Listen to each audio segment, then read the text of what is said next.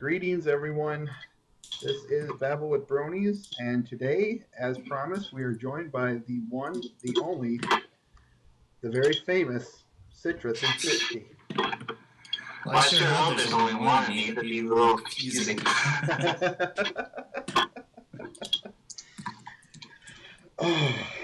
So, just for some lighthearted fun, how are things? Ask the question? Yeah, why not?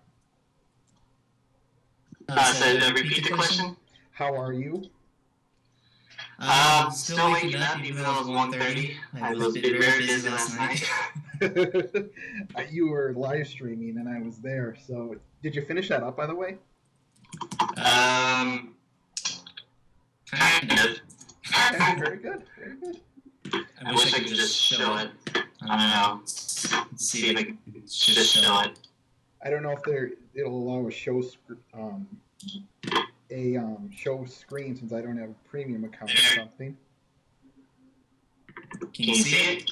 It's coming into focus. Ooh, yeah, we got it. Nice. We'll probably. When are you releasing this one? Is it been released onto DeviantArt? Which of them?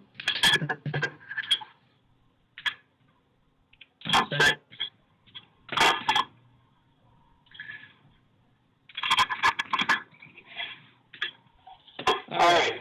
Say that again? I said, have you released this onto DeviantArt yet? No, I haven't. Then we'll definitely be discussing that when next week's show. So that works wonderfully. Yeah, I don't even upload it until like maybe a month later. Fair enough. Audience, can you hear everything okay? I don't even see the audience. I need to pull up your site. I'll pull it up for you. Yeah, I apologize, audience. We are still a little bit test running here, just making sure everything's working. We have never run a Skype interview on here before, so you'll forgive us for that. I think it's mostly my end. Let me know when my video freezes. I know your video is frozen. I'm frozen? Yeah. Oh, boy. Anyway, here is the link to the show for your... Yeah.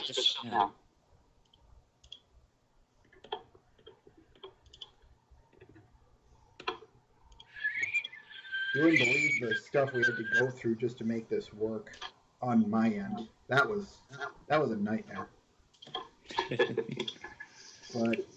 But hey, we made it work, and for that I am so proud. That's good. All right. See, I'm actually wearing one of my shirts right now. It's one of my favorites. We'll be discussing those, so it's kind of nice that you're wearing one. Yeah, I was like, I need to wear one of my shirts. I found out they're in the dryer, so I pulled it out of the dryer all hot. Maybe not so in this weather. Yeah. All right. Citra, are you ready? Yes. Audience, are you ready? Lag. Oh, there it is. Let's do this. All right, folks. Now, as I said today, we have the one and only Citra 360. There's no doubt in my mind you've seen his work floating around the pony sphere. It's amazing stuff. It's incredibly detailed, and it's just an honor to have you with us. Thank you for joining us. It's an honor to be here. I'm glad I made it. The time completely slipped by me. I was just busy updating my Facebook cover page. I just turned on Skype. Jared talked more. I was like, dude, you're on. I was like, oh my gosh, I'm late. And at least, I hate to say this, but that's kind of that is the one nice thing about having being so small like this. Yeah. You can fudge some of this stuff. Yeah, it was a bit like tight schedule that was messed up. All right. Now, I'm going to ask what I always like to call the first 5 questions. Please state for the record the name you wish to be called during this interview, your job, you're an artist, you're a voice actor, you work on the blogosphere, etc. Your favorite episode, doesn't matter, your favorite episode, your favorite pony from Generation 4 specifically, guess that answers that question. And then your favorite pony from any generation. It doesn't matter. So,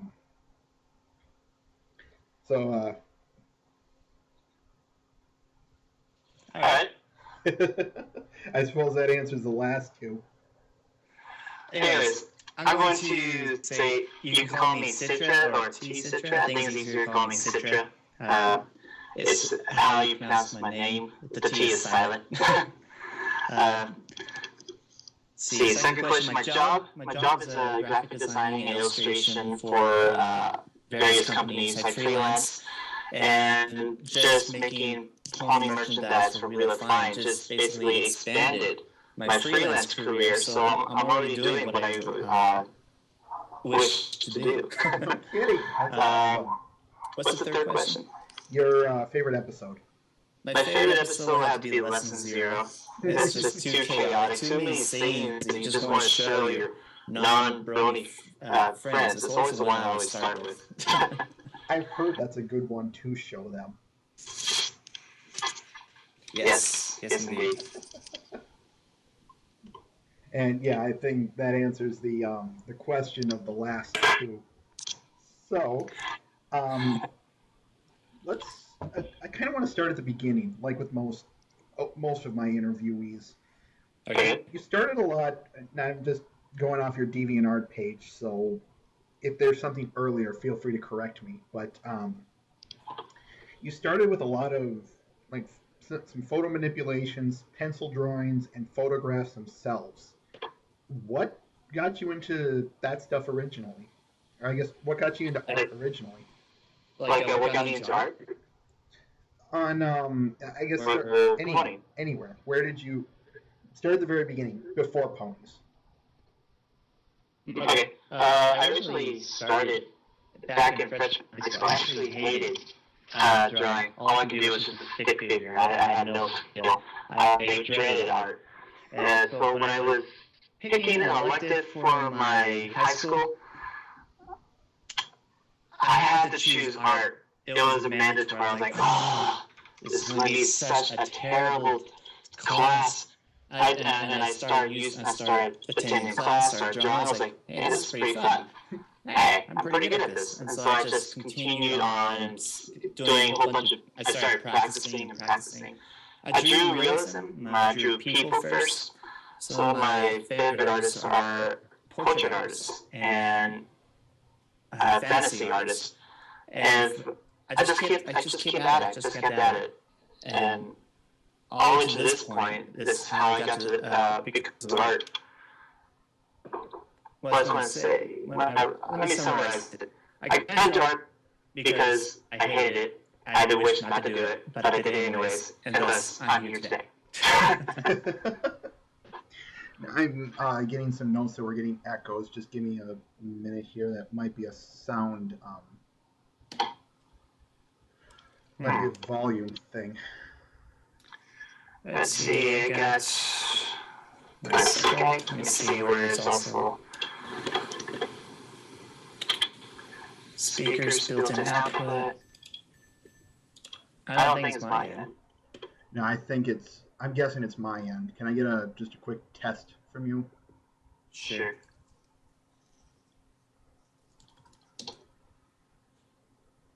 Is it better now, audience? Okay.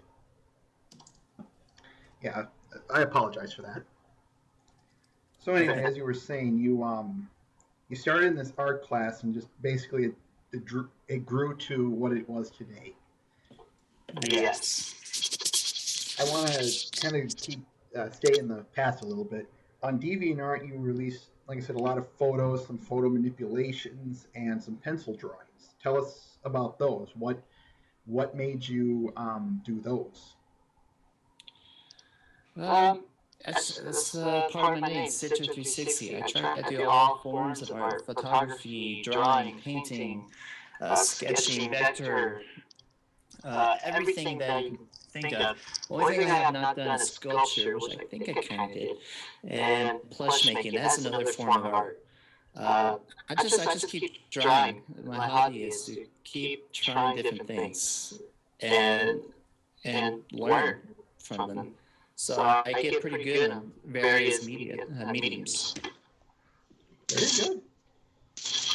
And it just kind of kept slowly branching. You still do some of that stuff to this day, don't you? Oh, yeah, photography, not so much anymore. Since I'm basically inside of the house all the time now, my job and my hobby. um, every once in a while, I'm like, I gotta take this picture. Or photo manipulation. I want to get back into that again. I have an idea. Taking this character right here and rampaging through my house. I said she briefly just flew everywhere, breaking everything, make it look like the toy actually did it. That'd be cool. Trying to adjust the volume again, see if it. They're still getting some complaints of echoes. And maybe it's a call quality thing or something. I'm not sure, audience. You're gonna have to forgive us. Might be my headphones. Let me see. Let me switch headphones to earbuds. Okay. This has a mic on it. Maybe it's picking it up.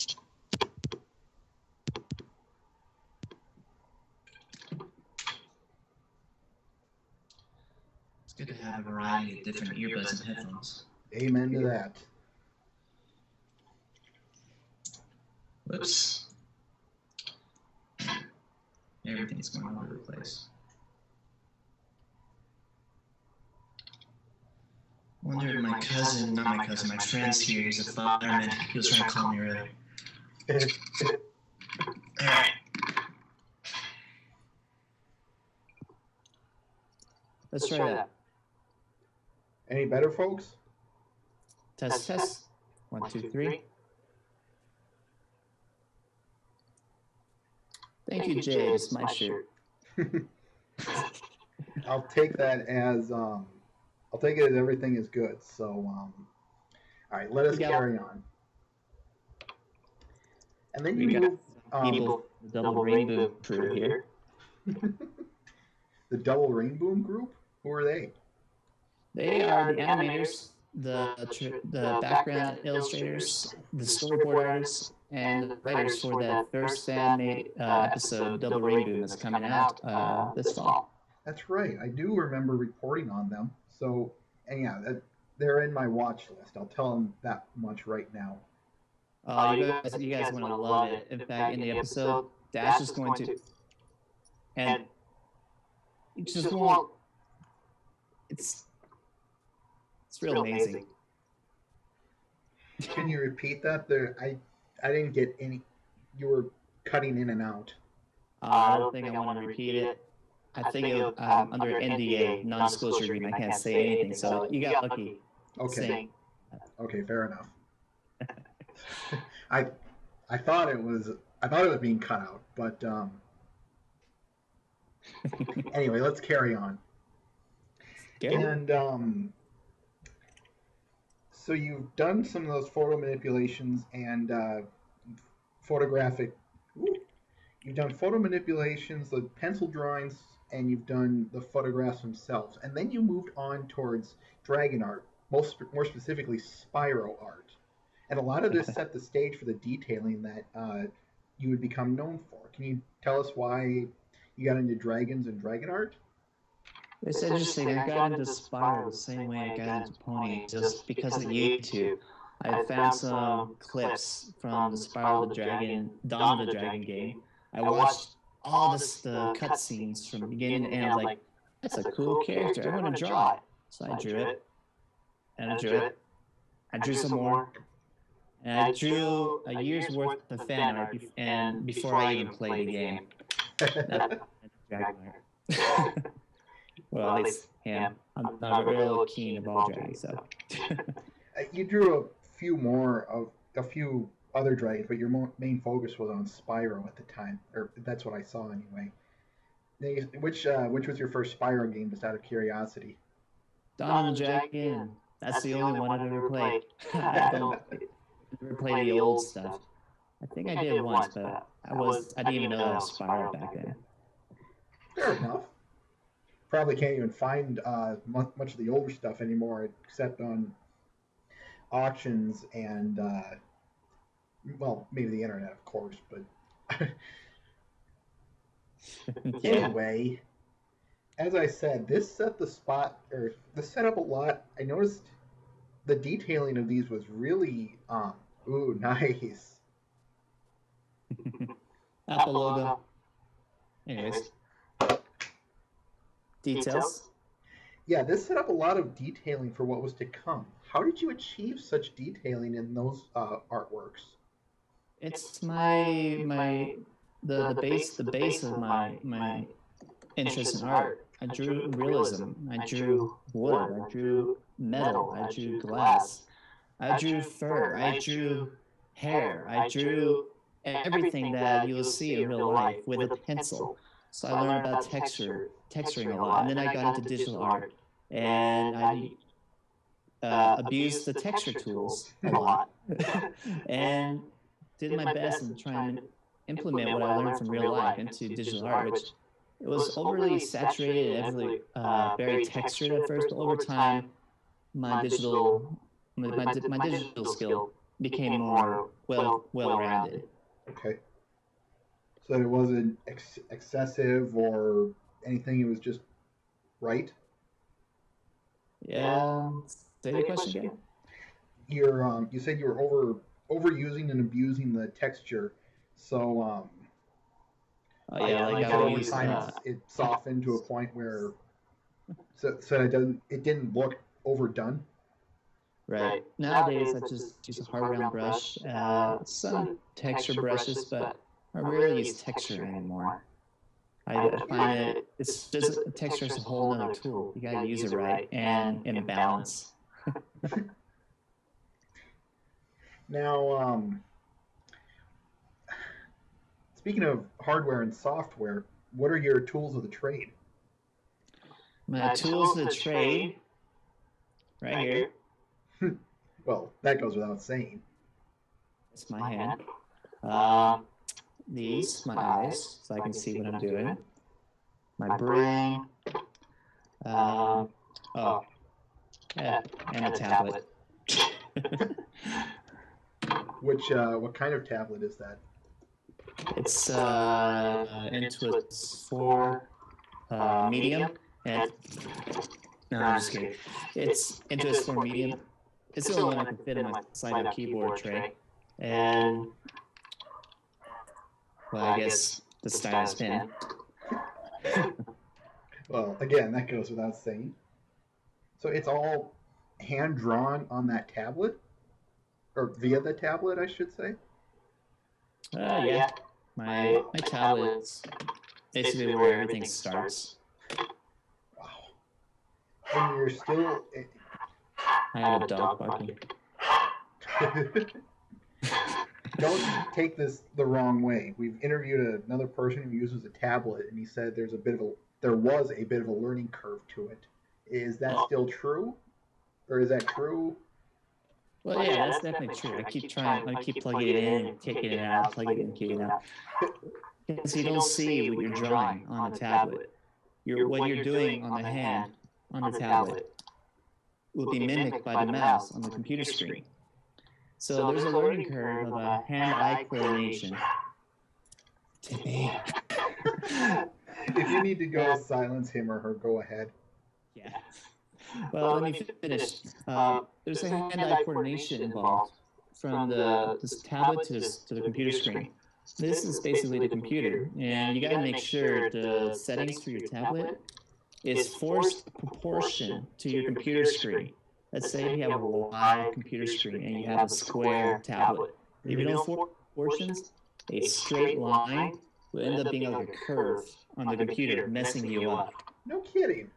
Actually realized I forgot to reset my force proportions so the past 2 months, I had so many issues getting a straight line. Now I know why. So, of course, now you adapted to overcoming those straight lines. And now, an adaptation process. That's what I'm trying to get at. The tool I'll be getting soon is the Cintiq 24 HD Touch. That's basically the size of my monitor right now, which is 27 inches.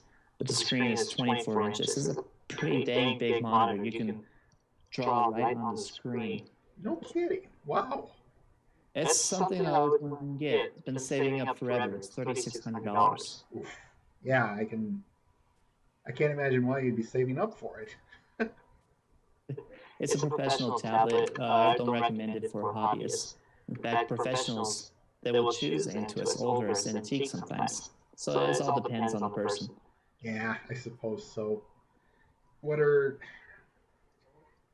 How do I want to put this? Then I do have to ask about your monitors too. Which monitor? What are you using for monitors?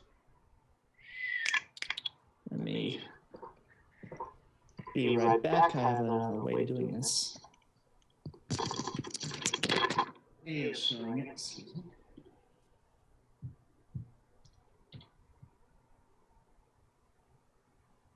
Funny thing is, folks, this isn't the first time that someone's walked out to get something on us.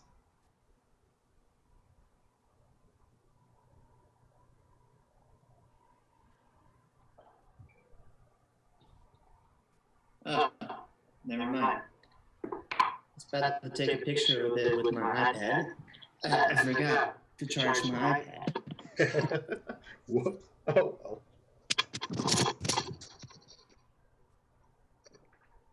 Let me quickly see the still on Dropler. Are you still there? Yep, I'm still here. Alright, just put it in the earbuds. I heard nothing. Alright, sorry guys. Just take 1 second or a minute, whatever you like to choose. So I know I took a picture of it before. It's much easier to show than explaining what type of monitors I got. Fair enough. See, double green in the background, don't show that. I've been taking so many screenshots. 1 minute, guys.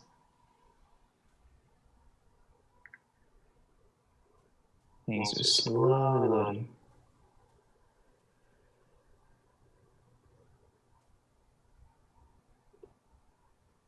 In the meantime, why don't Everlasting Joy here sing his favorite MLP song? The last thing you want to hear is me sing. Trust me. That sounds like a better motivation to get you singing. A better reason. But the only song that I will sing that doesn't harm children is the Bohemian Rhapsody. And no, I'm not going to start singing at people. You're maybe for poops and giggles 1 episode, but not during an interview. All right, I got it. I found it. Let's see if I can share the screen. Share screen. You used to be able to share your screen with Skype a long time ago, and it really irritates me that they now have to charge you for it. So that's my monitor setup. That just looks, well, I'm actually very dirty right now. This is a clean version of it. I have all the characters on top. See, I have, this is actually my 24 inch, I think. Okay. Yeah, this was my 24. Now I have a 27 inch on Mac. This right here is my telescopic monitor. Actually found in the garage. It was a monitor and telescopic. Yeah. Yeah, monitor. It's a perfect monitor. Big. It just throw my that box. It's perfect. And I have coming in a bit grainy, just for the record. Are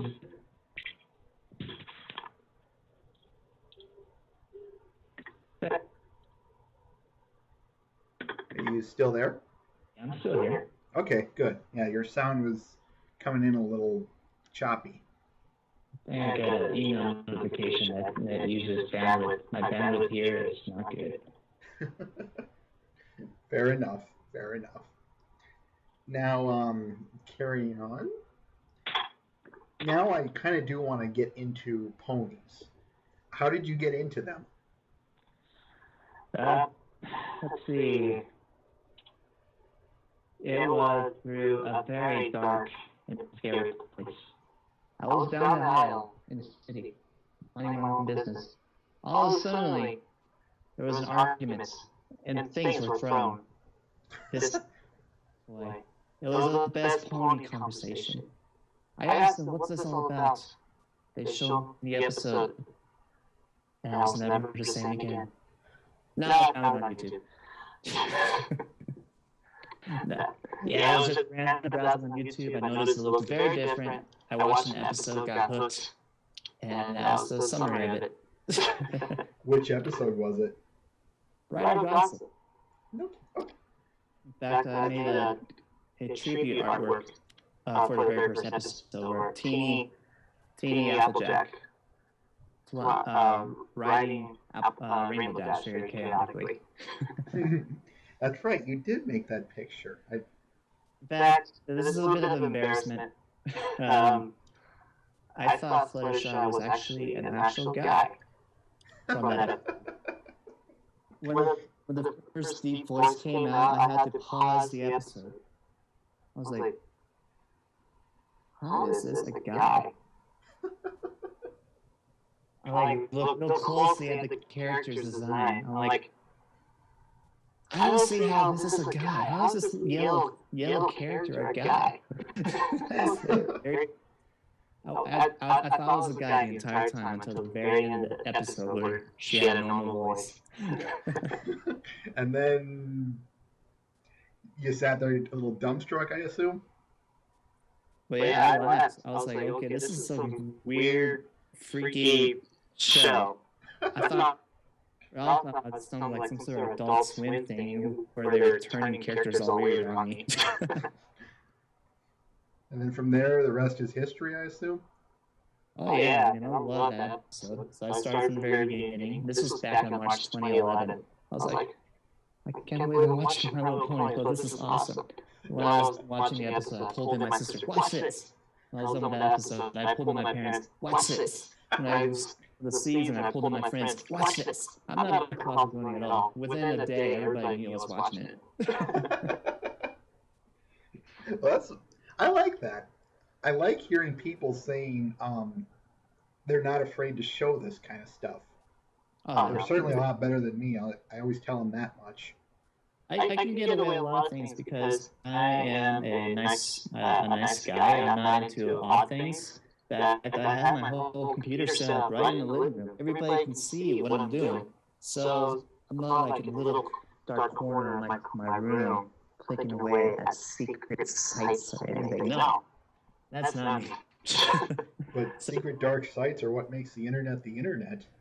So they started out as ponies. They were not thinking odd, like, what's he into? Is he changing? No. They knew I'm just a normal person. Too. Again, I love hearing stories like that of people who aren't afraid to show that they are a brony, or at least, yeah, they don't. It's different when someone's shoving it in their face, but that's another story for another day. Face. So now, as you know, you're into the show and you started drawing this stuff. What made you completely convert over to pony drawings? Because most of your latest portfolio, I guess, for lack of a better term, on DeviantArt anyway, you've been doing mostly that stuff. I find myself a pattern. I touch on something, and I discovered that there's a lot of people that love it. I I love making things that people love to see. So I draw a lot more of that. And people love fan work, so I guess that's why there's a lot of fan work in my gallery. That's how it happened with Spiral. I drew one Spiral, and I had only 0 watchers on DeviantArt at the time. I sleep overnight, and I got 150. Oh, wow. So I drew more Spiral, and I interacted with a lot of friends. I discovered the community that way, and I loved the community, so I drew more. And for ponies, it was back in March 2011. It was about 3/4 of the way through my Spiral days. I just drew a little sketch of Rainbow Dash among a lot of sketches of little cartoon characters I was making up. Just one little sketch right there, Rainbow Dash. And then my comments were filled with 20% cooler remarks and welcome to the herd, bro hugs. I was like, what in the world is everybody saying? What's that? What are you guys talking about? I was very oblivious to everything of the whole Brony community until May. Okay. So I like that. I like hearing. That's a cool story. I like it. Then you still. I don't know what. And then Layla. I'm not a good speaker, so you'll have to forgive me for that. You also do a lot of, as I've said before, you do digital drawings and you do pencil drawings. And speaking, I guess, more strictly to ponies, but if it applies to a general sense, we'll take it. Which one do you prefer? For what reason? To draw? Mm-hmm. I always said it was Pinkie Pie. She gets us too wacky and crazy, so I just love drawing expressions and poses for her. But lately it's been Rainbow Dash. I've been drawing a lot of Rainbow Dash. So I guess it's Rainbow Dash now. Fair enough. Who's the easiest pony to draw? Easiest pony to draw? I'll say Fluttershy. She's the easiest for me to draw. Okay. How about the hardest? Twilight. I could never get her eyes right. I spent a whole hour on her eyes one time. You're not alone in that. Trust me. And there was, where was it? Tell us about some of the stuff you've been selling as of late. I know you've been advertising some things you've been selling, like your coloring book and some buttons. Tell us about this stuff. Well, if you give me a minute, I could gather some things around. Sure. All right.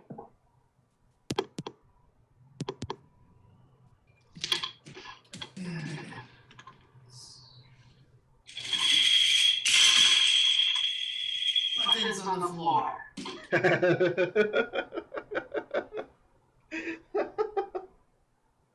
That should be like a phrase on here now.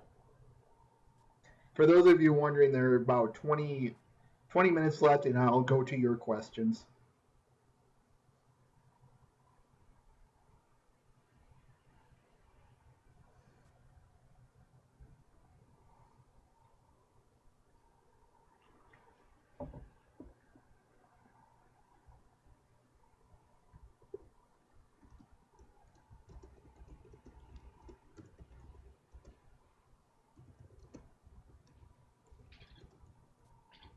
Or I'll clean the mess up a little later.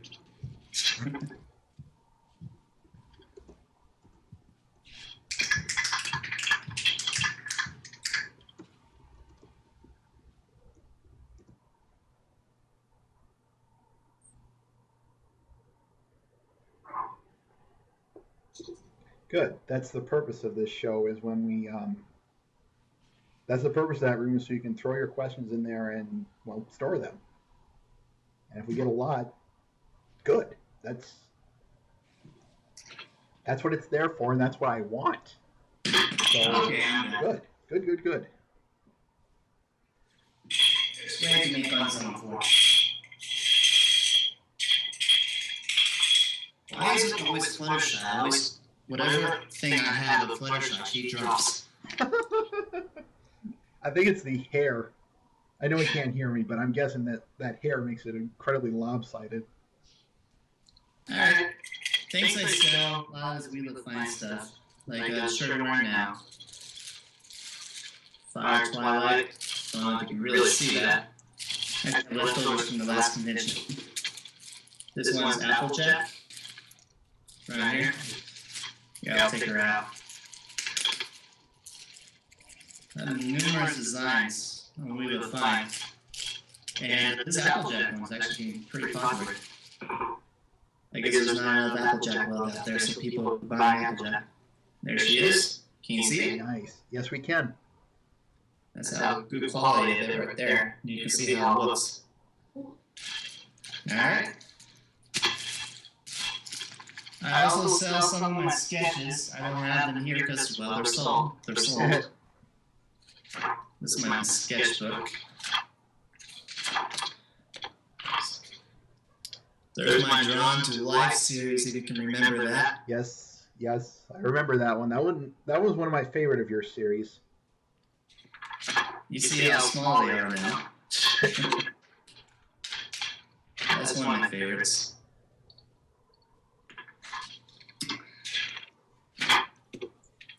So yeah. I think my favorite had to have been Twilight. What? The Drawn to Life. I think Twilight was my favorite just because there's a bit of a... Nice. Who's that?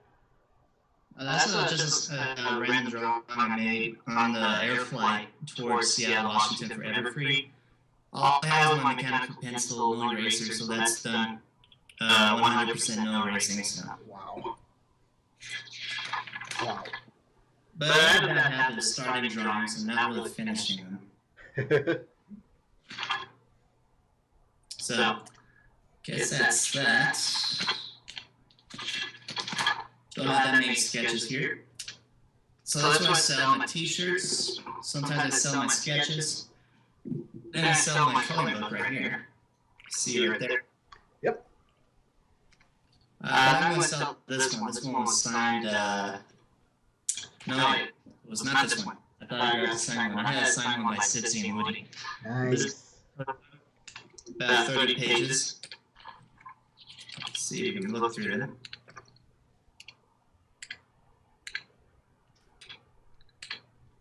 All my work. Thing of selling that is when Interplay is not there. This is one of the 2 boxes I got when I made it out of stock. I'll be selling prints. These are the sizes I sell at the conventions and on Wheel of Fine. Like this one's Big Mac. Framed. Wow. Yep. This one is signed by Peter New. This is my personal print.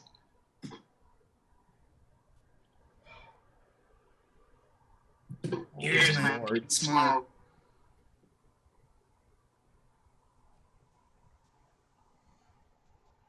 Signed by Andrew Libman.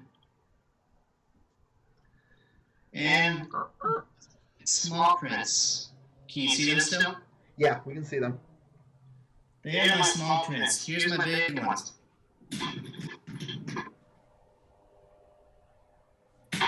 See the size comparison? Yep. $25, $50. And I gotta tell you, they look amazing on the wall. They look amazing on here. And no, I'm not trying to kiss up here. I really think that. It's one thing to see them on a computer screen. To see them framed and just trying to remember that brought out everything I sell. Oh, one sec.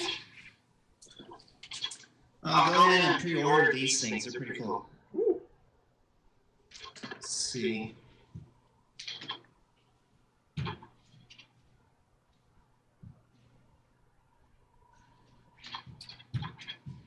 I have to find my wallet. Here we go. iPhone skins. You saw my Applejack one. That we did. Also one for Pinkie Pie. Ooh. There's Rarity. Future Twilight. That one was a good pick. I like that one. DJ Final Scratch.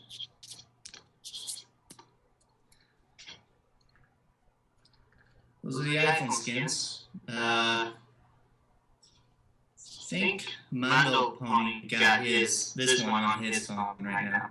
Okay. Yeah, let's see. I'll also be selling this card around $700. This is Celestial Gold card, and the reason why I'm selling it $700. It's a factory miscut. Aha. Yep. I was thinking, error cards always go high. I'm going to get it signed by Nicole. I got to get up with her again. She was actually at the convention, but I forgot, and she was only there for one day, so that messed up on that. There will always be another time. So yeah, that's what I'm selling. I'm like surrounded with my merchandise. Shoot. Yeah, I was avid Pokemon card collector. I know the value of rare and error cards. I have about 5,600 Pokemon cards back in the day. Did you sell them? I'm asking because I'm in the process of selling some of mine. So yeah, that hope that answers the question. What did I sell? I do want to get onto the topic of We Love Fine in a minute here, but there are a couple of just some personal questions I want to ask you. What's the one thing in all your, we'll focus mostly on the drawings, but this I guess can be brought on to anything. What's the biggest thing you take the most pride in? That's a hard question for me to answer because ever since I read an interview of one very popular person how he approaches his artwork, he told the fellow artists to not attach yourself with your artwork, to not get involved, to not like your work. The reason why is you put more effort into it. If you don't like it, you try to fix it. If you love it, you won't try to fix it. You won't see the mistakes. And thus, by not liking it, it ends up being better.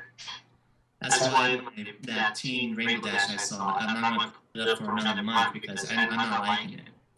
Otherwise, I'll just put it right on DeviantArt like that. Makes sense So, to me. if I had to forcibly choose, it's my Fluttershy Cottage painting, Nightly Wonders. I think I remember seeing that one. I'm sure I did, but The second illustration. Is that the one? No. I remember the one now. I'm seeing it. I was thinking of Nightly Splendor, so sorry about that. That one was a nice one, by the way, if I may say that. Thank you. And then what's the one thing that causes you the most difficulty? The most difficulty? Well, that would be my Big Mac illustration called Strength, because of two things. Those are a whole lot of apples. Had a lot of issues with the perspective of that, and I finally fixed it. I'm going to assume that you drew all those the apples individually, correct? What? Did you draw the apples individually? Yes. Oof. I just got an email from Michelle Creamer. Oof. That's just nuts, though. Thinking of all the because there were a lot of apples in there. You're right. 264. 264 individually made apples. Speaking of apples, my entire town is full of apples right now. We're having such a great apple season. Well, there's even a tree right outside our backyard. We didn't even know it was an apple tree. It has golden, delicious apples. I could just go out and pluck one right now, wash it, and eat one right in front of you guys. You know what? I'm gonna kick it.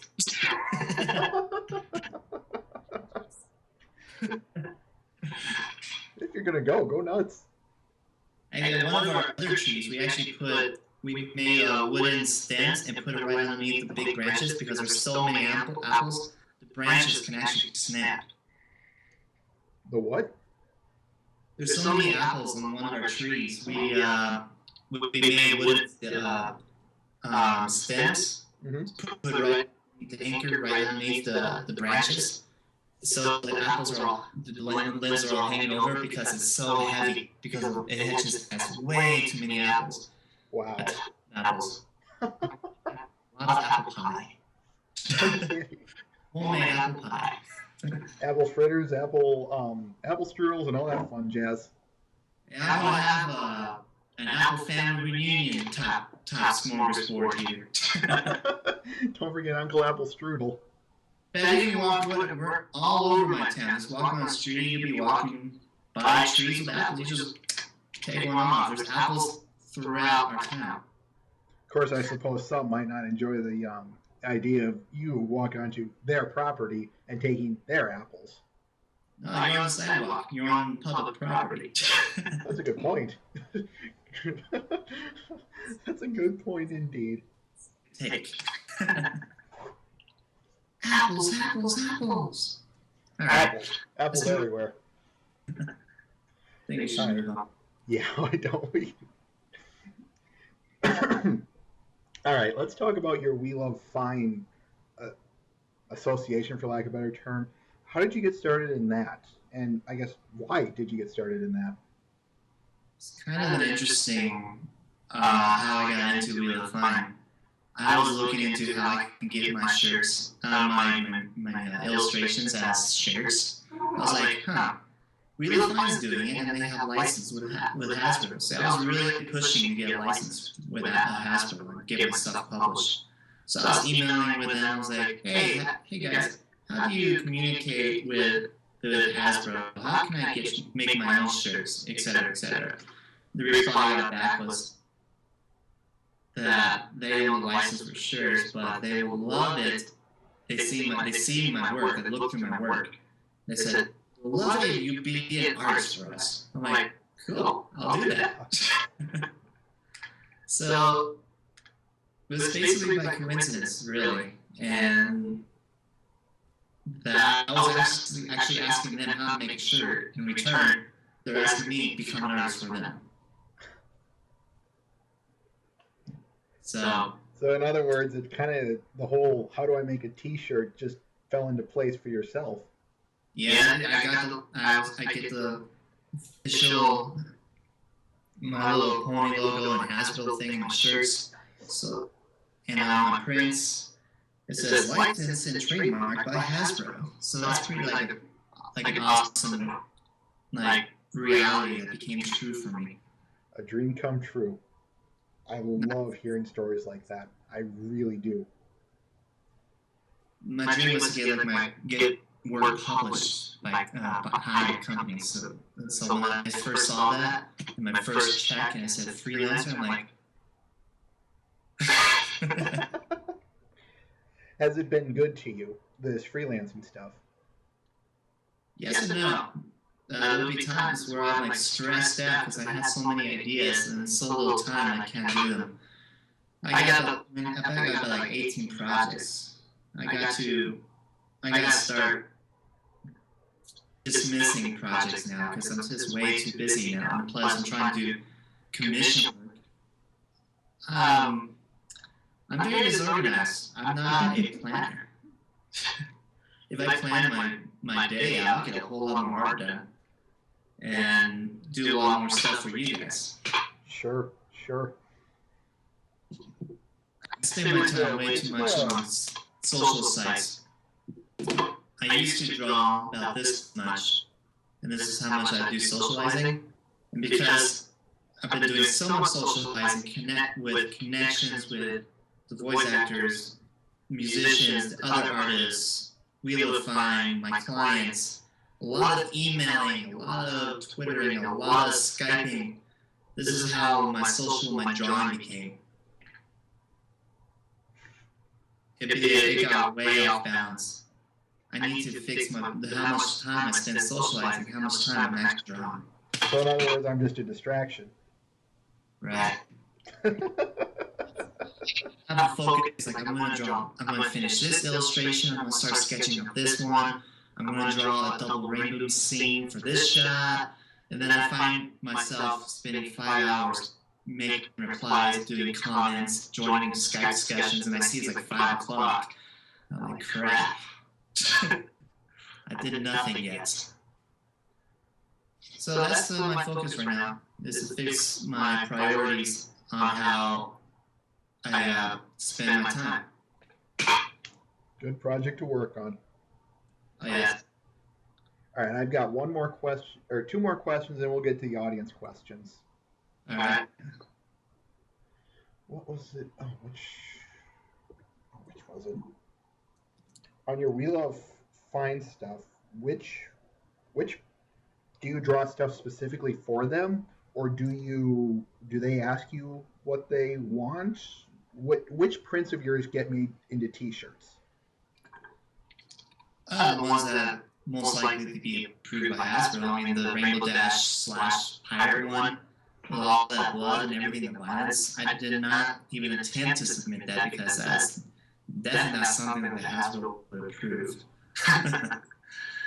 Then there's my illustrations. The majority of my illustrations, I already have the focus of making it shine like a positive light on the show and the community. So there's like basically a 100% chance all my illustrations becomes approved by Hasbro. Specifically for Hasbro, sometimes I do design my artwork just for Wheel of Find. Like this one right here, it's an approval of, well, getting approved right now. Let me share my screen again. Share screen. Start. Let me pull it up. There we go. The Dawn of Loyalty one? This one. It's a shirt designer now. Oh, there it is. It was this guy called Pinky Paint. There we go. That's actually meant for become a T-shirt, and the only issue is see if it's even possible without making paint. So what do you guys think on the chat? Is this something you would like to get? I'd wear it. But that's just because Pinky's my favorite pony, but shoot, I've even got her as the bot in the on the IRC.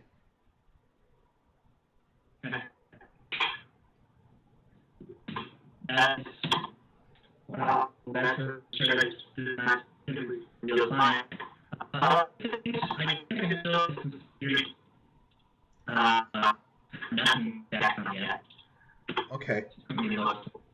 I'm trying to find it. Oh, here we go. I have a license to do other things like for Cartoon Network. Whoa.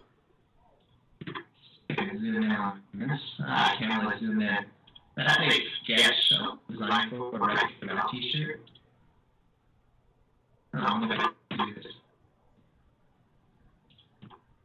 One second. There we go. That's the material. I am Zangief. I am bad guy. And there's a shirt sketch design right here. And this has been there for over 2 months now. I have not heard back from Cartoon Network. They are a hard client to deal with. They're very stingy. I'm like, here's a couple of things. Do something with it. Like contract companies. I suppose. Who knows? There's a reason for it. So, yeah. Doing Marvel DC, I can start making designs for any of those companies right now if I want to, but they're so much stingy. More harsh, I guess you can say, on what they want. Like, I know for the Cartoon Network show, Adventure Time, I never watched it, but I know there's a popular design, lots of popular designs, we would apply for that. Mm-hmm. Have you noticed that there's no Adventure Time shirts that's in a different style before? No kidding.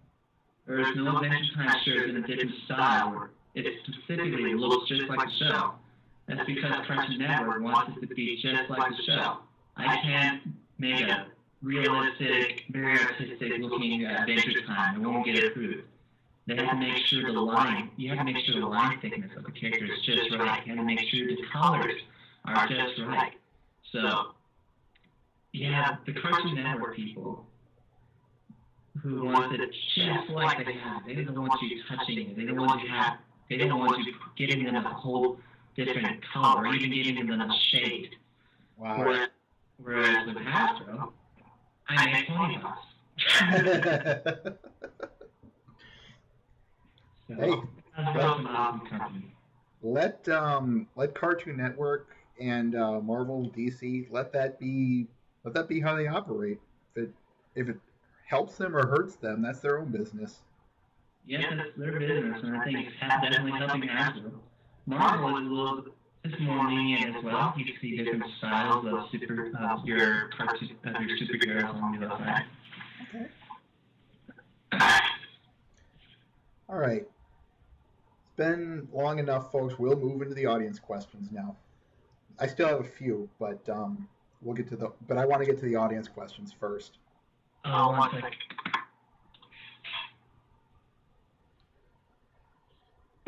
Somebody was talking about that. Hoping this helps. Okay. Post them in the BwB text quest room. I won't read them in the Babble with Bronies room, people.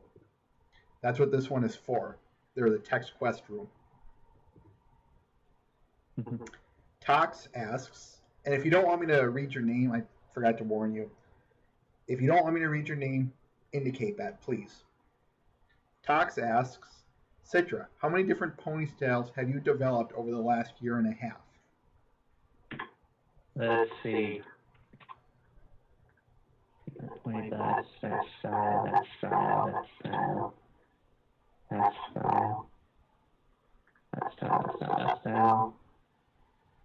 That style. About 10. Holy crap. I got about 10 different styles, but there's something similar in every single one of them that you can still identify me. Name us 2 styles. Yeah, 10 different styles, still one artist. Okay. I guess it's a habit when I just make up styles as I go. Like, see, how can I make this work? Anyways, yep, that's how many styles I got. Jade asks, do you ever draw any crossover ponies? I do know I just made a crossover. The Nirvana cover album, Nevermind. The one with the baby in the water with Sweetie Belle. Mm-hmm. Let's see. Share screen. I'll show them. Crossover. There she is. Right there. I just barely finished this one. It's for living. It's for living tombstone. Is for Others. I made a Zelda sketch. Playing Zelda one time by request. Let's see if I can find it. Is this it? No, that's not it. Here it is. That's a link at some pony right there. So I have done crossovers before. In fact, I'm trying to do some crossovers. See if I can actually try to sell it. You'll find. My Nirvana Pluto one, apparently it's still strong now. Nirvana their mom still had wires, long strings. So it'll be a little hard doing crossovers and selling them on Wheel of Fine because of the multi-license. You figure licensing can be a bit of a problem.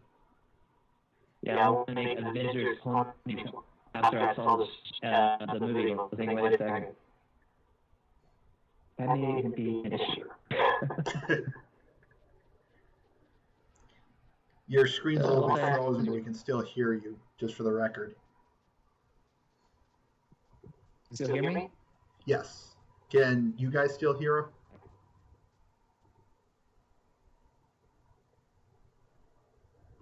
Okay, now you're good. Anyway, next question. Tox asks, for anyone starting off drawing pony art, would you recommend drawing digitally or traditionally?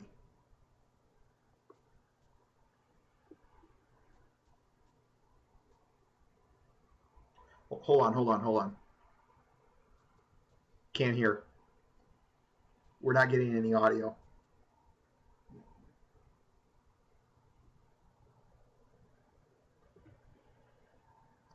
Yeah, we're trying to resolve it.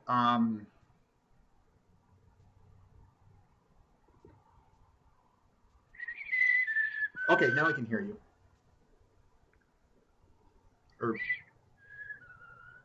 We can hear your whistling, but I didn't hear you. That's because I'm not actually saying anything. Oh. I'm just playing with you. I recommend everybody to start off drawing traditionally first. I think the fundamentals of drawing, there's a lot of it with pencil and painting. You learn about tone, you learn about value, you learn about how to properly make detail. You learn from reality, draw from real life, draw a real person, grab whatever's on your desk, draw it. Make sure you look at the shadows, the lighting, whatever you can pick up, start drawing it. It's very boring, very repetitive, but it's very key in order to just draw whatever you want. I mean, I drew a lot of iPods and etc. Whatnot, and circles, everything, and so when I drew my Team Rainbow Dash here, which is not on Wheel of anywhere yet, it was very easy for me to draw the earbuds. It was very easy for me to draw the sunglasses. It was very easy for me to draw the little iPod right here, or as you can probably call it, iCloud.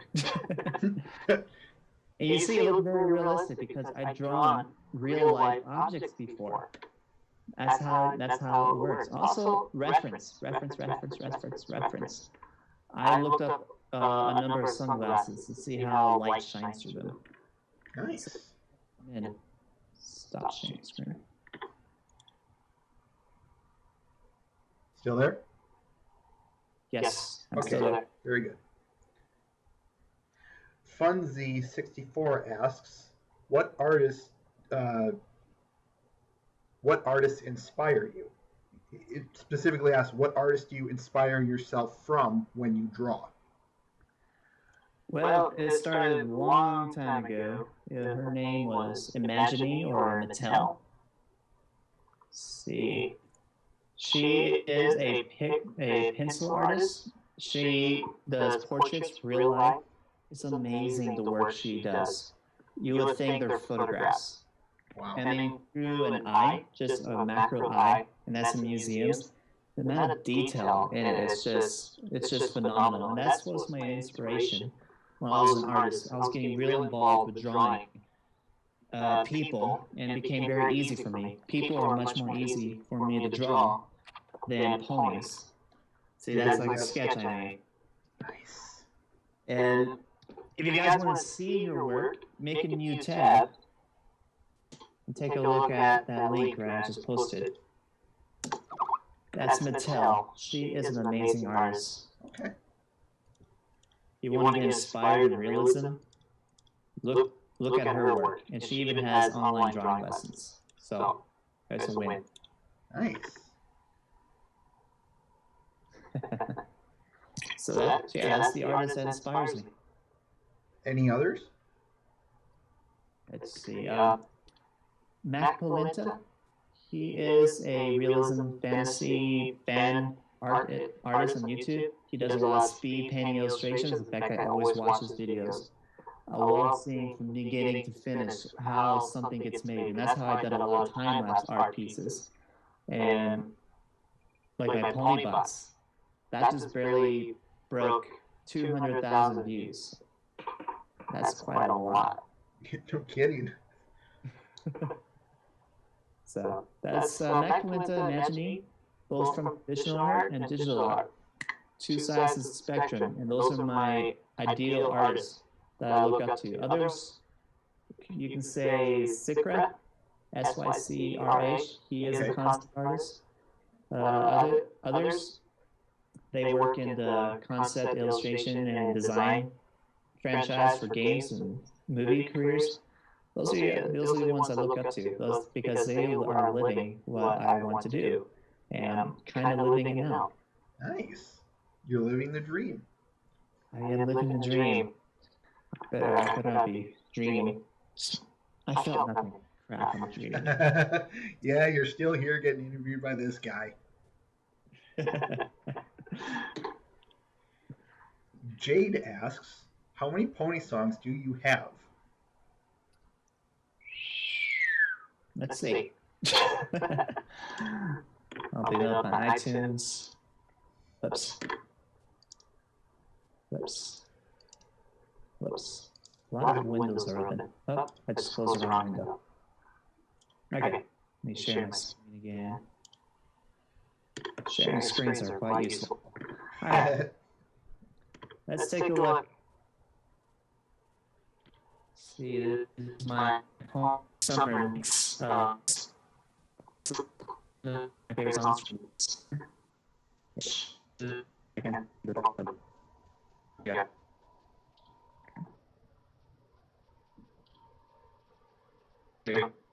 We can see them. You're coming in a bit choppy, but I think that's the bandwidth speaking. Bandwidth. See, that's 185. 8, 17. See, my drawing can see. 8 songs. See. So for clarity's sake, you said 80? 80?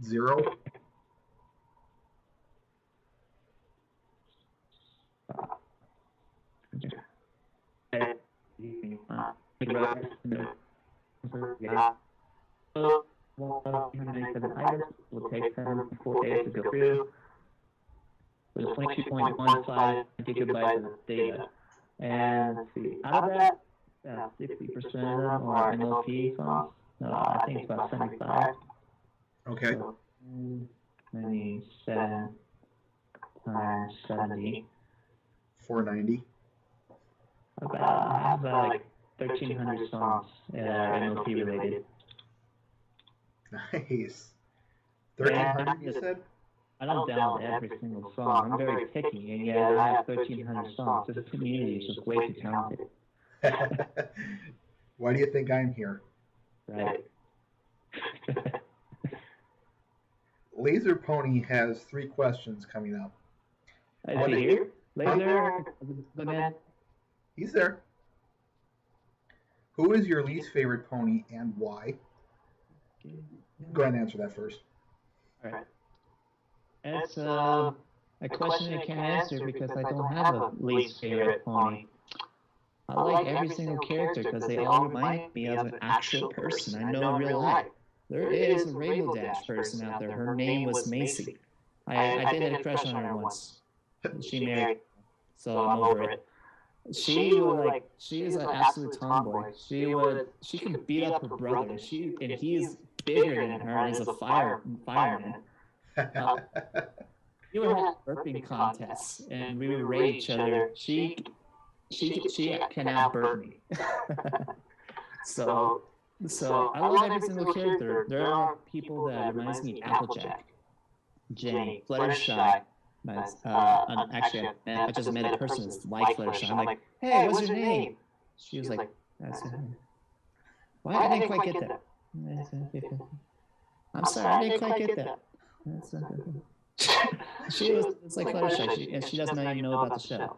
So that's why I love every single character. They resemble every person I know in real life, all 26 of my friends in real life. And my sister's Rarity, too. So. Second question. Do you like stickers? Do I like stickers? Yes. And that's called skin.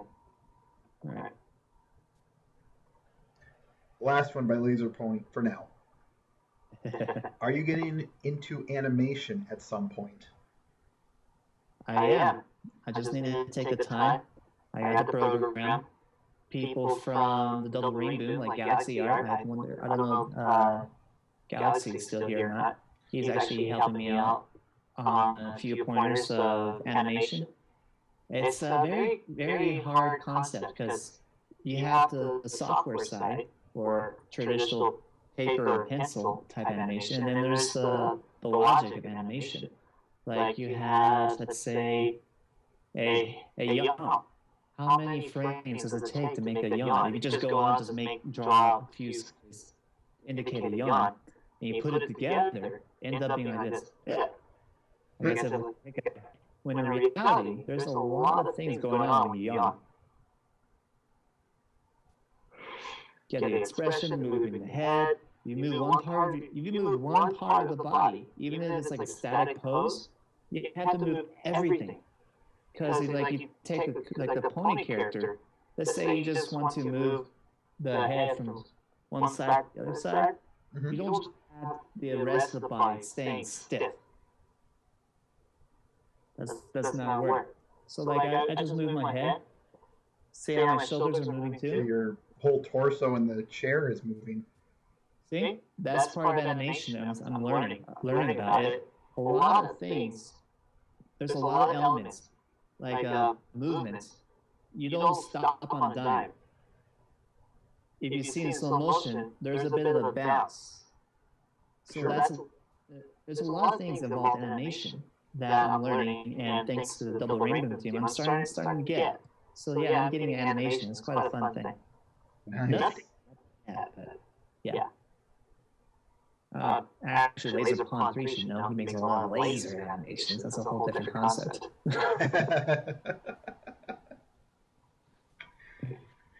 I've seen his desktop, the program he uses. He even written some of it. I'm like, okay, if I push this button, what will happen? Right. So, next question, I guess. FunZ64 asks, have you ever thought of doing an animation and or voiceover for other projects? Of course not. Well, I'll start using voices. Because we got nothing to do. I'll put you in the brink. Because, it's kind of hard to do voices sometimes.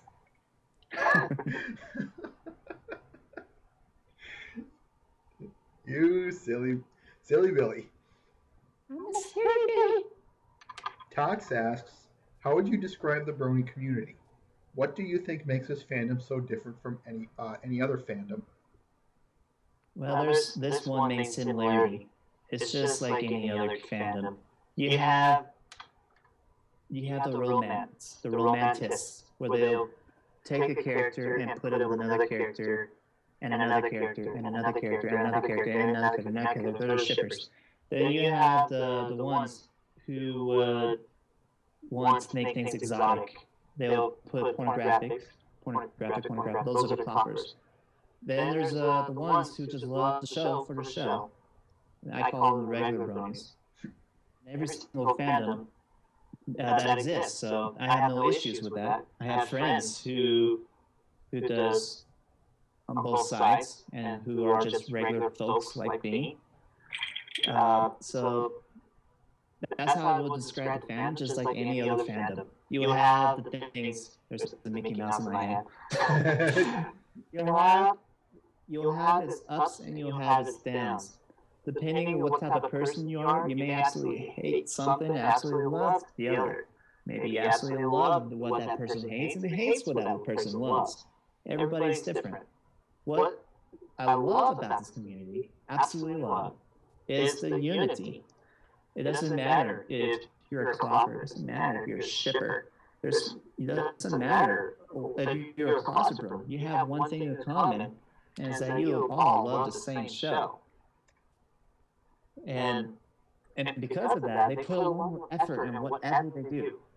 They put their everything into it. For me, it's artwork. I put everything into it. Living Tombstone, he put his music into it. Hog says, music, Silverhand, music. Laser Pawn 3, he puts his skills and laser technician and make laser animations and actually goes to some conventions and makes laser shows for his fellow fans. You have writers. I'm not a fan fiction reader, but I know they put a lot of effort into creating a new story, creating a segment or a branch off of the show, or completely changing the rules and make the characters completely different. They put the effort into it. And so you have the community that builds off of each other, expands and grows. Other communities are more all over the place, separated. They just do their own thing, and eventually they just fall away from the fandom, and it's quite bland. This community keeps supplying itself with more content, keeps supplying itself with more gags, more love, more things that I hate. It just keeps building. You make an interesting point there. So yeah, there's a lot of things I don't like about the fandom, but at the same time, there's a lot of things I love about it. So. FunZ64 asks, have you ever met anybody official anybody from the show, and what was it like? 1 second. Let's see, what's the brightness like? It's too bright. We might be able to see it. No, I discovered if you turn brightness down on a digital device, webcams can pick it up better. All right. Well, let's see.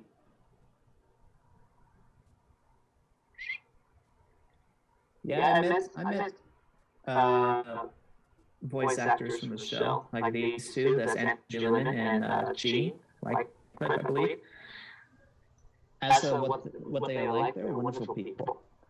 They are very nice, and they'll even go through the trouble. Since I was a dealer, I can't go to any of the panels. They arranged with the security to take my print illustration and take it with them to where they can sign my artwork. Wow. For me, because they are under contract. They can't just sign it right there and then. Right. Basically like a law for them to do. And I had to give them $20 for it to compensate their trips and everything. And once I done signing it, they have a security staff bring it to me at my table. So I was able to get a signing while still be at my table. Other people, I have no clue what they're like Tara Strong. Whenever I see her, she's always like rushing through. Like she's like, oh, hi, oh, hi, that's nice, hi, Twilight-licious, hi.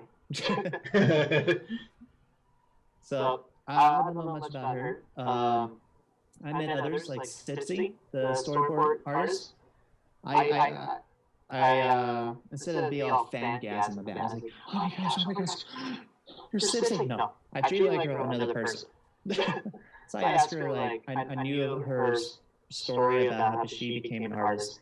I asked her, how can I enhance my art career? She gave me quite an intense and serious advice for what I need to do to continue my career as an artist.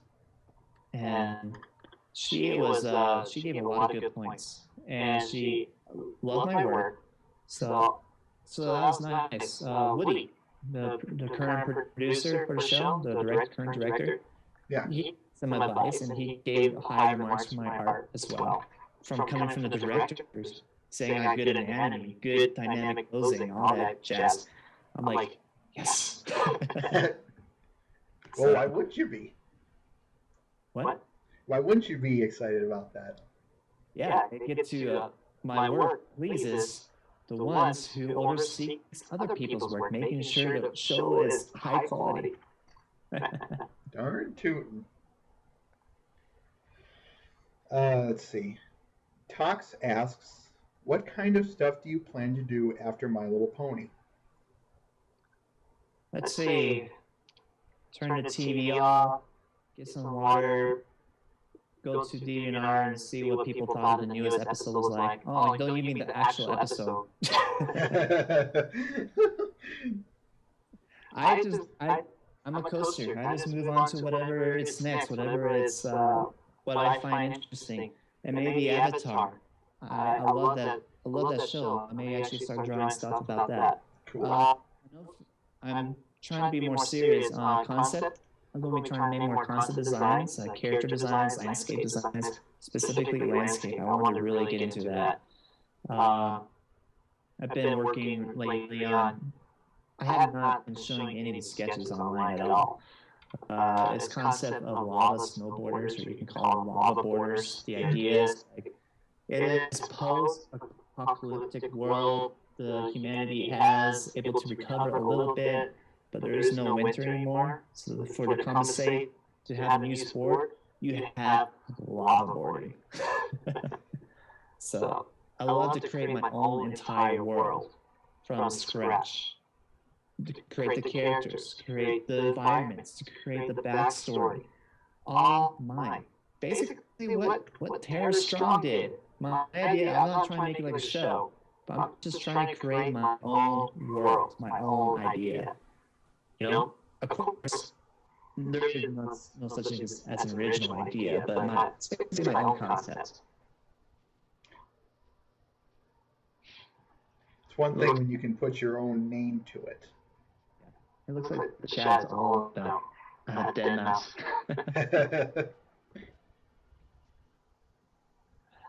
Anyways. Anyway, next question. R. Chase asks, hey Chris, do you have any indie games you like? Do I have any mini games? Indie games that you like. Angry Birds. So, by the way, I only have time for one more question because I just realized what time it is. I have to travel to this right now. So only one more question, and I have to split. All right, understood. Let's see. I'm just trying to think of a good question. That should be out now. Shoes. Oh,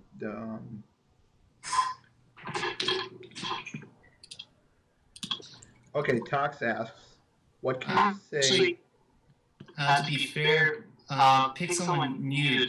Me and Toxic, we know each other. We talk to each other. You can ask. I'm sorry. I want to be more fair. Have somebody who hasn't had a question yet be my final question. Actually, I'm looking through this, and I'm afraid there isn't one. I've asked anyone who's posted something, I've already asked one of their questions. All right, well, on the chat box, what about that? Just so we can be a little more quick about it. All right. Do you want a more serious question or any question? I guess a serious question. Okay. Then I do have one myself, but would you rather the audience or me? Let's do both. I don't mind at least two last questions. Just and we wrap it up. Just tell us briefly about your live stream and stuff. Okay, my live streams is basically where I allow people to come to visit me, talk to me, chat with me, and watch my work. Sometimes I even get pointers and advice. And it's something that I love doing, and something I love to provide for people themselves. It's a great opportunity to see how I work and also to communicate and chat with me. Okay. Just a bit of a short question. concerning live stream, what do you said you show your drawings, but is there anything we can expect there? Like, do you show episodes? Do you play music? That kind of stuff. Music, my artwork, sometimes videos, but it's basically my artwork and my music. Videos, it tends to lag, and my bandwidth's not that good. Okay. All right. We have one question. And I have 1 minute. Any advice for artists wanting to be as successful as you? Determination, hard work, passion. That's what's necessary to keep yourself going, to push yourself more. And also reach out to other artists, create connections. Build on your skill. Build on what you need to improve on. If there's something you don't like drawing, I say you never want to draw an animal. You're not good at animals, draw them. If you're not good at people, you don't want to draw people, draw them. If you're not good at cartoons, you don't want to draw cartoons, which happens to be my issue, draw them. Learn how to draw them. Become good at it. Also, make yourself organized. I'm not that organized. So I hope that answers the question. I have to go. All right. Well, Citra, we thank you very dearly for showing up. Thank you very much for appearing on our show. I was glad to be here. I'm glad I made it. It's understandable. Thank you. Thank you so much. We'll still give us all the permission to broadcast your work on here? Sure, go ahead. And everybody, here, bro. Farewell. All right. See you guys on live stream. I'm on DeviantArt, I'm on YouTube, I'm on Twitter, I'm on Wheel of Fun. I'm everywhere. Just Google my name. Fair enough. All right. See you guys around. Farewell. Bye. Ladies and gentlemen, Citra 360.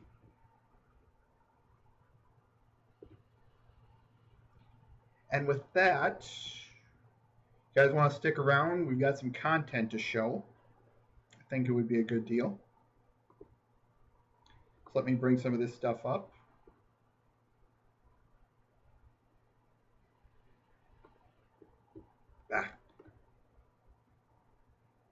Mr. Ben, like I was saying, if you want to stick around, we have some content I'd like to show. Just, there we go. Perfect. Good. Just want to get a quick preview of what we were looking at here. Just since we've got about an hour and a half on record, Mr. Ben. That's why I'm showing this stuff. Plus, I kind of do want to get into this, a new habit of showing some of this stuff, because I don't find it very fair for the other people to have an interview and then I skip over everyone else's work. That's kind of why I'm doing this. So I'm trying something a little bit new. Anyway, just let me pull up a new window.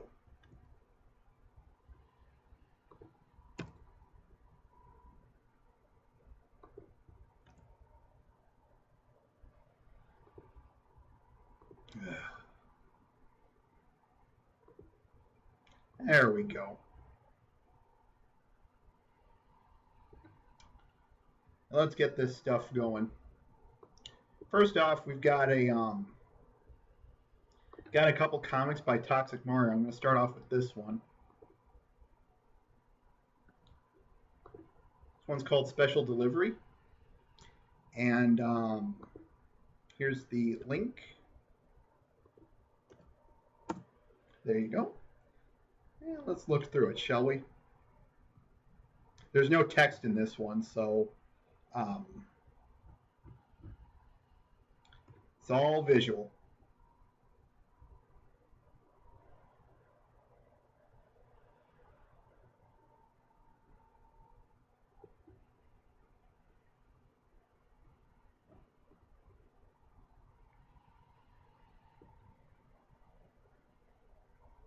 By the way, there is a muffin in this one, but I'm not going to tell you where. That's not my policy.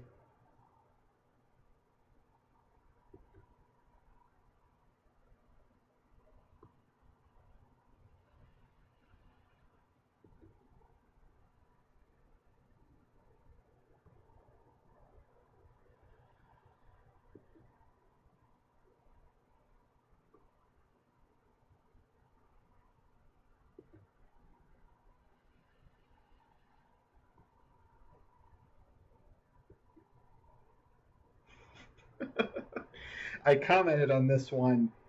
My head's just going absolutely nuts with multiverse theory here. You know, what if she chose to ignore that?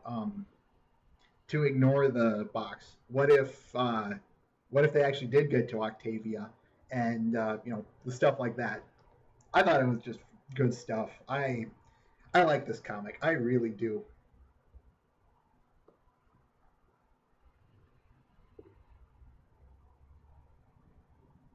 That's a good point. Got another one by Tox. Just kind of going down the list of stuff he's made for the week. This one is a drawing of his. It's Mad Derpy. Here is the link.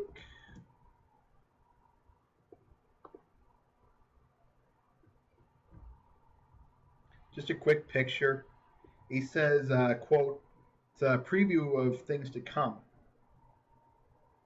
Curious as to what it is, but it's a preview.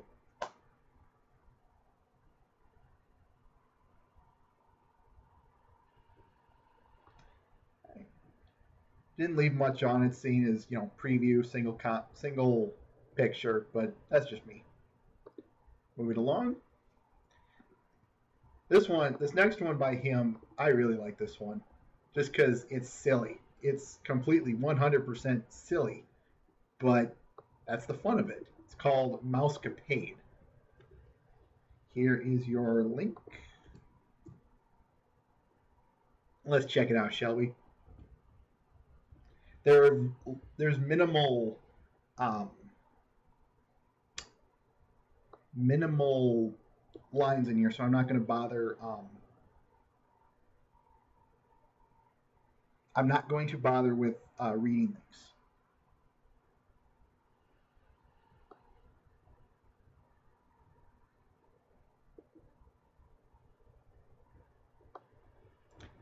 Size this window up a little bit.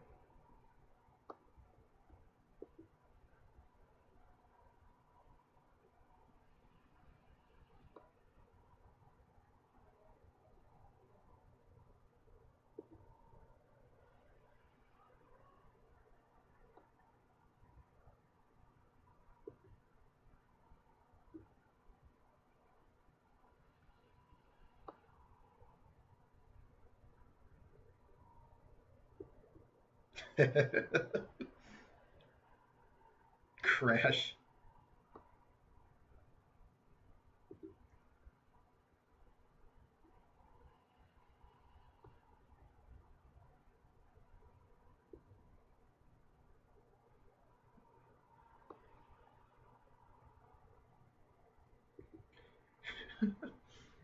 I said in this one, Spike, this is your first concern that she's sitting in a hole in the ground in which the treehouse collapsed on her, and the first thing you ask is you're concerned about her showing up early.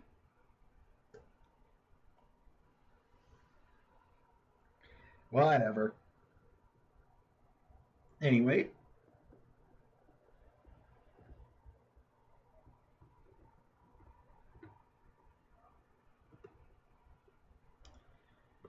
next one we have. I'm gonna go with. Let's go to a video. Got the only video of our week here, so but I think it's worth listening to. This one is Dusty Cats.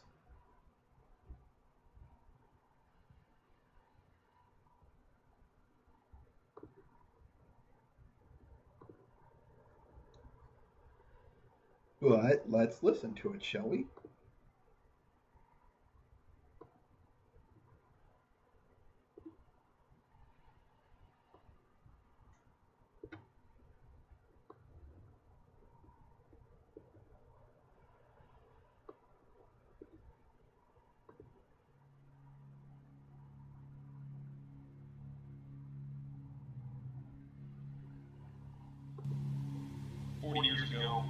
one small step by one man took us to the stars. Godspeed, Neil.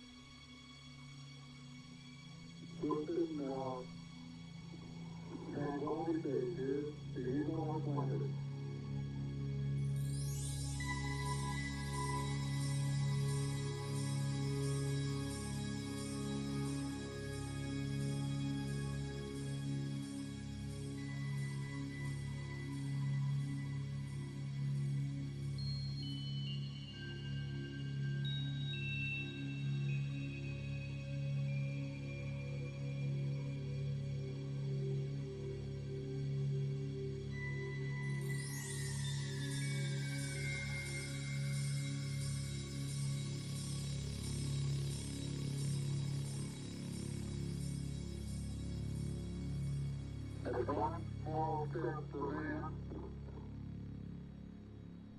one giant leap for mankind.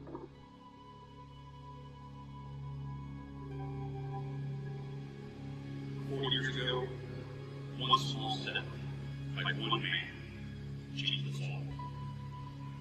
Because of him and others like him, we are now all children of the stars. All of us.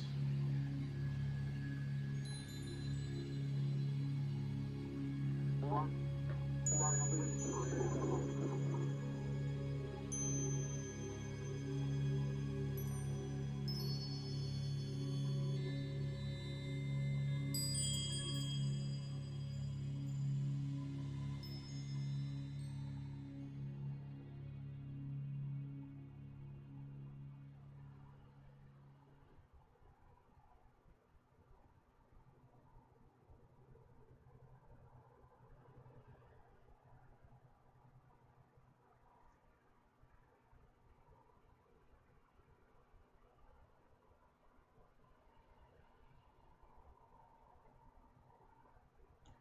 Ladies and gentlemen, Dusty Cats, MLP, we came in peace for all mankind. Here's a link, by the way.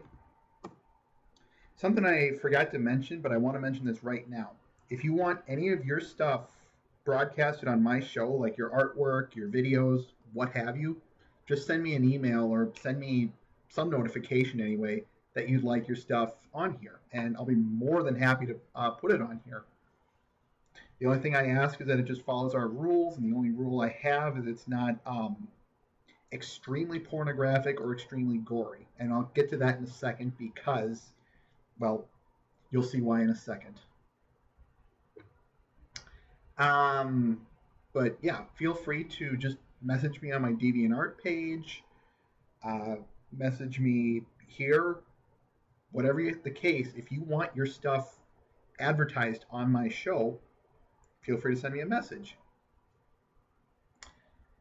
Let's move on to,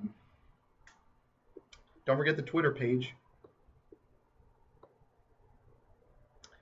All right, I'm going to move on to Recky's work here. This one's a bit of an older one, but I thought it was worth showing. This one is Pi Rarity. Here is a link.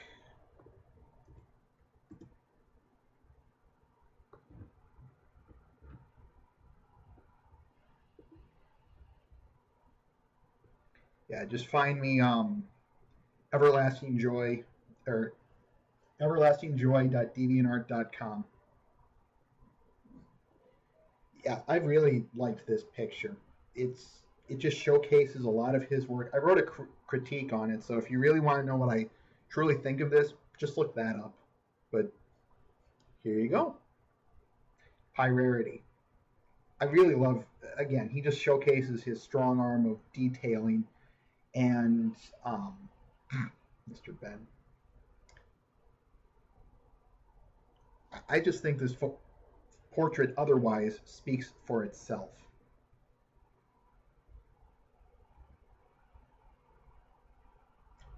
And where is it? Oh yeah, there we go. Yeah, I got it. Next one. This one is a bit of a crossover one, but I like this one.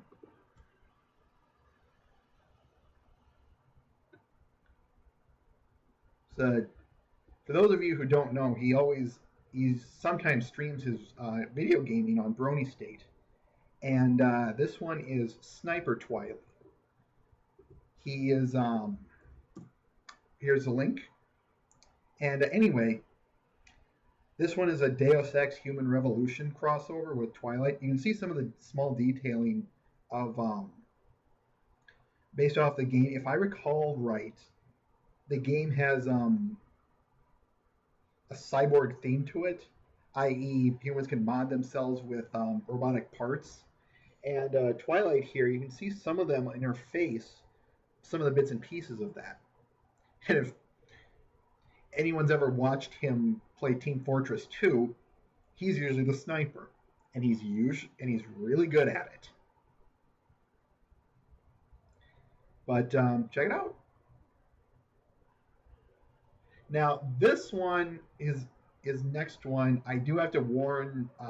This is why I said it's not extremely pornographic or extremely gory, because this one is called Detention, and he's got a few copies of this one for various levels of details. I got on here the most detailed one, but I think what I'm going to do is I'll post the less the softer stuff. Yeah, that's the one. Link. There we go. I'm not going to show it on here. Do it at your own discretion. I'll just warn you that this is not safe for work. I'm going to say that again. Not safe for work. There's the safe one. In the meantime, we've been checking in on Inky Notebook here, and she wrote a journal. I think Wednesday of this week. And apparently, she's pretty vague in the details. But here's the link.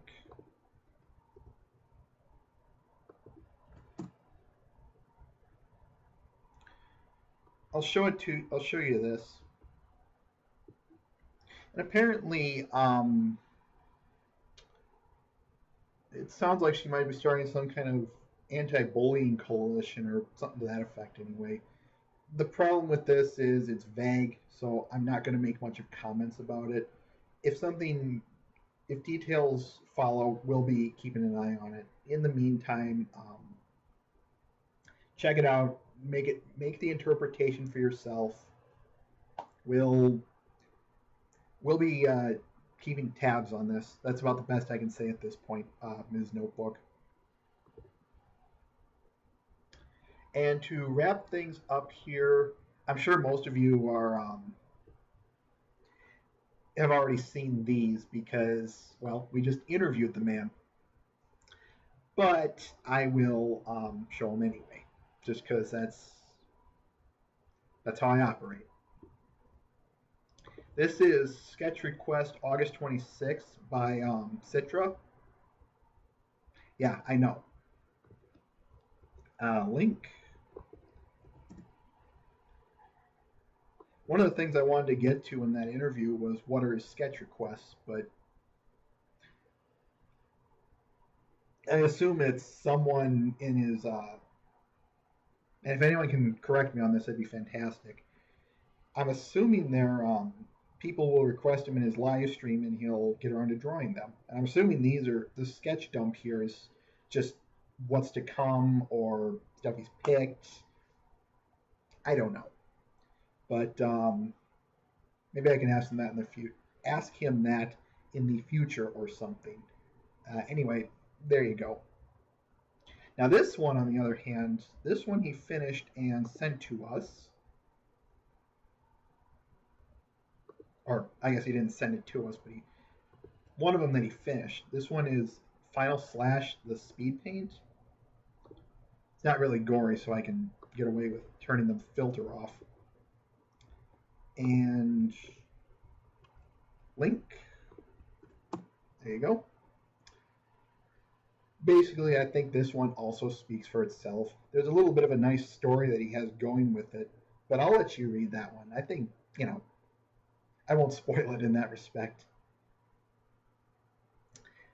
Anyhow, as I was saying, nice thing about this one,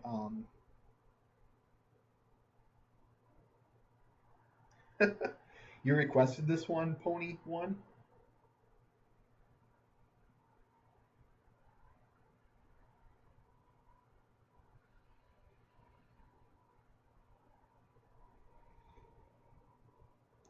I'll take that as a yes. Anyway, I I like the I of course like the I commented there does need to be more pirate ponies on this one. I think I said the same thing in Pyrarity. Either way, the way I see it, yeah, I do think a seriously approached pirate themed pony crossover would be a good thing. I'd like to see that. Not much for sorry. Anyway, the point is pirates. I can't believe we've got a pirate themed one though. Not only of this, but of Recky's. So it's kind of a funny. Is it a pirate themed day today? But with that, we have the interview done. Do you guys want to? Nah. And with that, though, yeah, I'm afraid there is nothing left to show. So, ladies and gentlemen, we thank you for coming and we thank you for participating. As again, if you wish your stuff advertised, please feel free to message me. Either put it in here on my DeviantArt, on Facebook, what have you. I'm very, very lenient in what I'll show. If you wish to continue following us here, join us next week. I'll say join us next week as we critique, view, and review, not necessarily in that order, season 1, episode 5, Griffin the Brush Off. And then after that, there's no, I have to keep that one a secret. I'm sorry. Anyway, join us next week, Saturday, 3 o'clock Central Standard Time. That's so like I said, Saturday. The let's see, it's the 8th. 4 o'clock Eastern Standard Time, so that's 3 o'clock Central. Join us here to watch Season 1, Episode 5, Griffin the Brush Off. That's going to be the main thing. Other than that, we thank you, and thank you for your participation. For Babble with Bronies, Mr. Ben, and myself, Everlasting Joy, better known as Elliot J., wish to thank you for participating. Take care, and have a great day.